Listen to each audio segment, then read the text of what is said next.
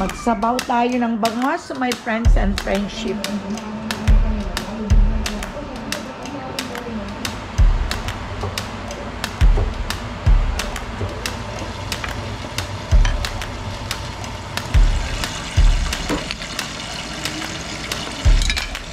Takpan ko muna to, my friends and friendship, para kumulo.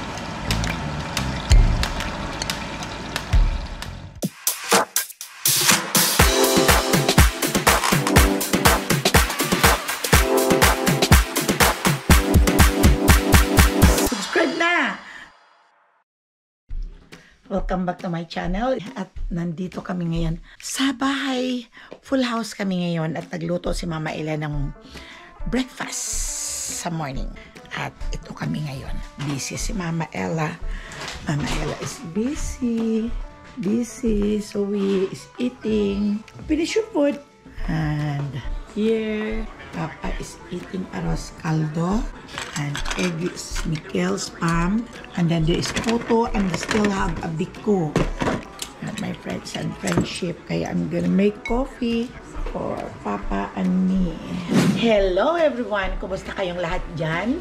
At kumusta? May mga hangover pa ba kayo sa inyong New Year, Christmas at New Year? Kumusta ba? Back to normality na? Back to reality of life na tayo.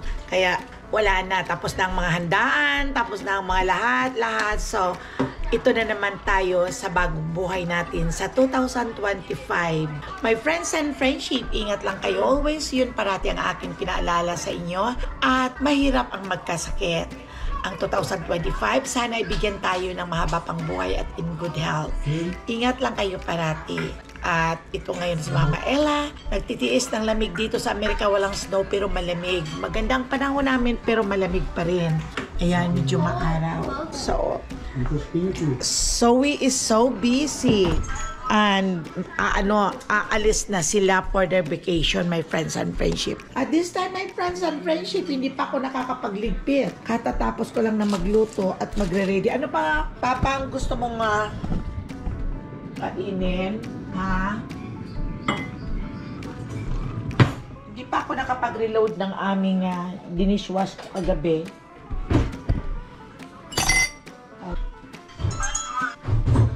Kumuha na ako ng bagong coffee at ubos na. Ito pa yung coffee, sayang. Ito na, bali 12 ang bili ko nito noong hindi pa nag-sale. Ngayon $8 na lang siya. Nabutan ako ng hindi sale. So, yan. Matagal din namin maubos, my friends and friendship. Dalawa lang kasi kami ni Papa Dudes ang umiinom nito. Ayan. Timpla lang tayo ng kape muna.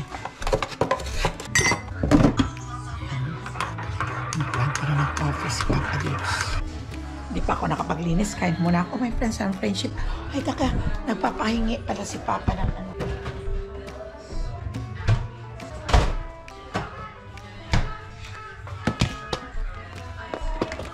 Akin na yung plate mo para mainit. Ay, mahirap talagang maging nanay. Lahat kinakargo mo lahat. Gusto mo nang kumain, hindi ka pa makakain. Parang isipin ko, my friends and friendship, sila lang ang gutom, no? Hindi nila alam na gutom din ako. Daming utos. Ito masarap ito, my friends and friendship, oh. Gustong gusto ko to pero madali ito masisira dahil may kamatis.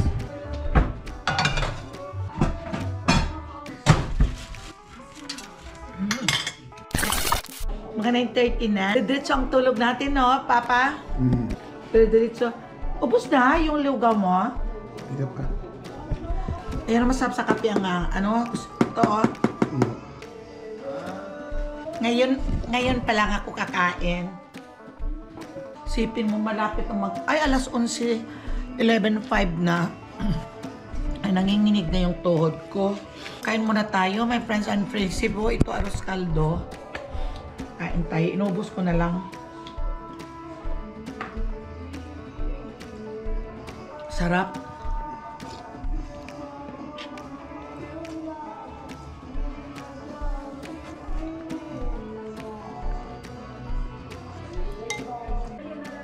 Ang sarap ng biko. Sarap sa kapila na sa ngayong umaga.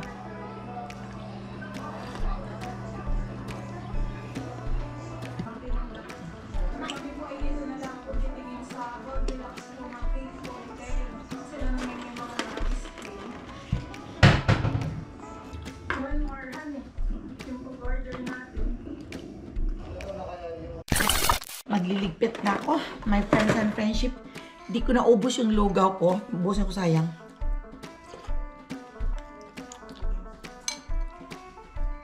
Busog na ako. Ito lang naman ang aking ginagawa. Magliligpit. Pero alis kami at magpapadala sa M. Llewellyn. Bumaba na nga ngayon ang palit ng dollar. Magpapadala doon para sa mga maintenance sa bahay namin sa Aklan. Yung pangbayad sa mga bills, sa kuryente. At bumaba nga ang palit ngayon. Nakabili ako my friends and friendship ng bangos. At isisigang daw namin. Ito, hiwain ko. Sabaw tayo ng bangos, my friends and friendship.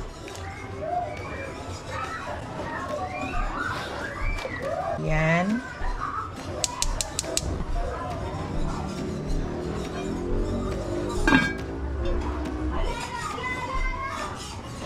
Nilalagyan ko siya ng suka para wala ang langsa. Malangsa kasi yung fish dito sa Amerika.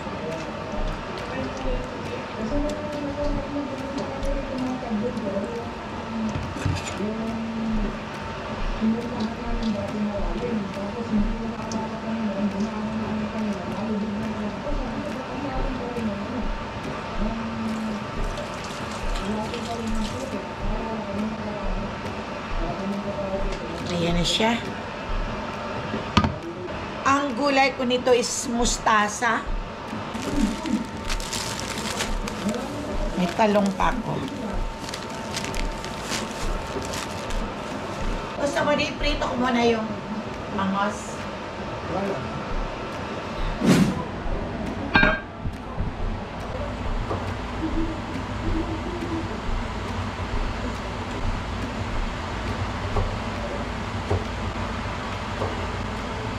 Haluan ko din siya ng talong. Ay naku, my friends and friendship, nakakasawa na kasi ang kinakain namin.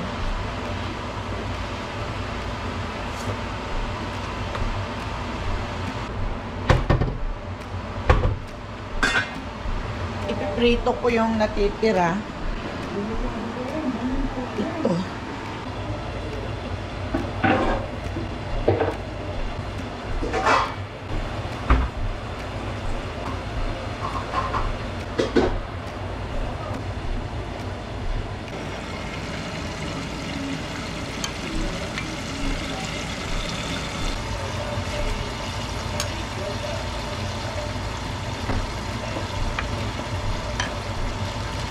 Meron bang natitirang bunga doon ng pangsinigang na sili? Ihahalo ko. Lagyan itong sinigang.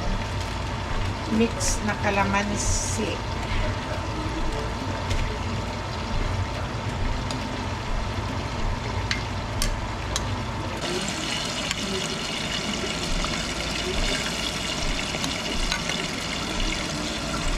Halo ko na itong mustasa.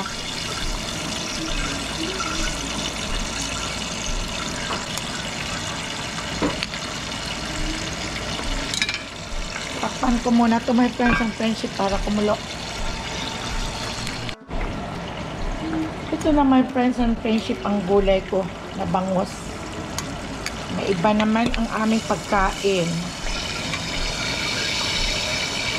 Ay, masarap. Kaya luto na yan. Magmain na ako. Balik na rin ko muna itong aking prito. Hinaan ko dahil tumatalsik.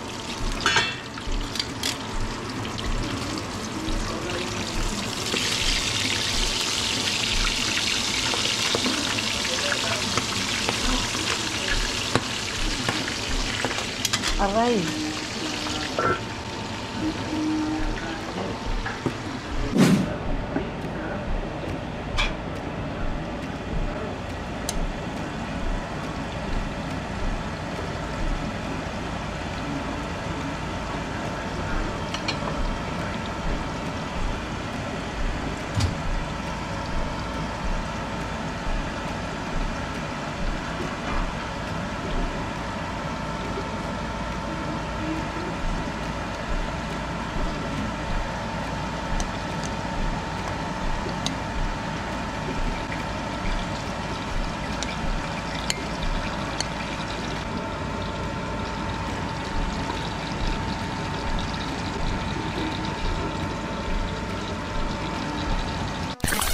Ito na naming pagkain. We're happy. Dahil may sabaw na kami.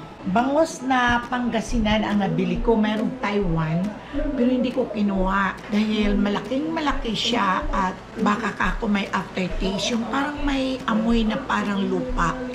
Yung parang ganun. Kaya kain na kami ni Papa Dudes. Meron kaming prito. May spam pa na tira kaninang umaga. At ayan, bangos. Dalawa lang kinuha ko. Medyo naputol ang ulo niyan, Dad. Medyo naputol, kaya kunin mo na lang, ha. Kain na tayo, my friends and friendships. Lunch namin is 3:30.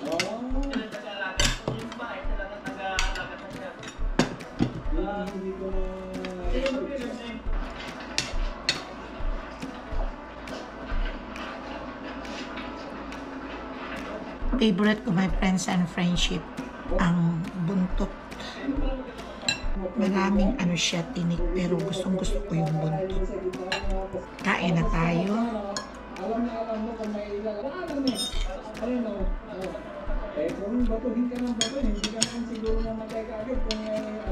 Sarap.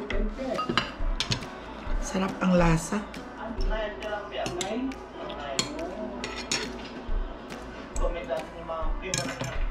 Natawa ka sa puy-puy ah. Kasi Ilocano kasi ang tawag namin yung mga ano niya, yung mga ganyan niya, mga palikpik, ganyan, mga puy-puy na. Puy-puy sa amin. Puy-puy sa amin, puy. Oh, puy-puy na. Yan sa ano.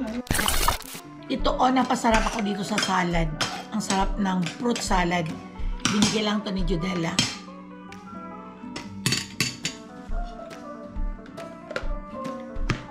Sarap.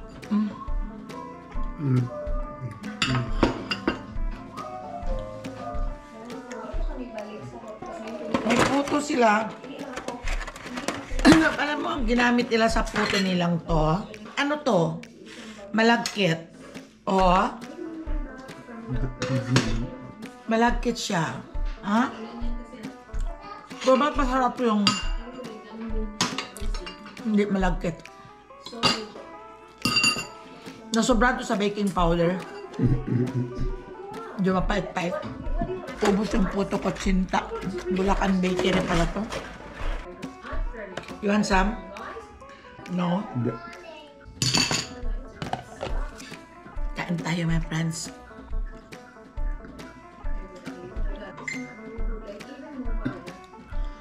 Akala ko ngayon, may babysitting ako kay Cass. Sabi kasi niya, Shendel, dadalhin dito sa Cass ng 6 o'clock. Ngayon, napaalam ako na ng 6 kanina. 6 lang ako, wala pa. Tinignan ko sa message, ay may message pala doon si Shen na sabi niya, hindi ako nagpasok. Sabi ko, thank you naman, nakakatulog ulit ako. Mga 6 na yun, natulog ulit ako. Biruin mong tulog ako ng tulog. Tapos na pala therapy and junior kay Papa. Mag-almost 10 o'clock na ako nagising. So pagkagiltin ko,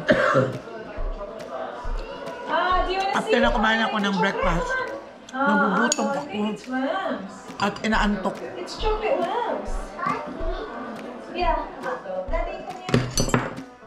Parang tinatamad ba ako? Ang bilis pa naman ang oras. Gabi na naman, my friends and friendship. Ito, nakaupo lang kami ni Papa Dudes. Dalawa lang kami dito sa bahay. Wala sila Zoe, wala si mami niya. At may pinuntahan sila doon sa Vallejo. Kami lang dalawa ni Papa Dudes ngayon dito. Na ito, nanonood lang kami. Hinaan mo din yung TV. Nanonood lang kaming dalawa ng TV. Dalawa lang kami dito na iwan sa bahay. Nakapagpalabas ako ng mga doggy.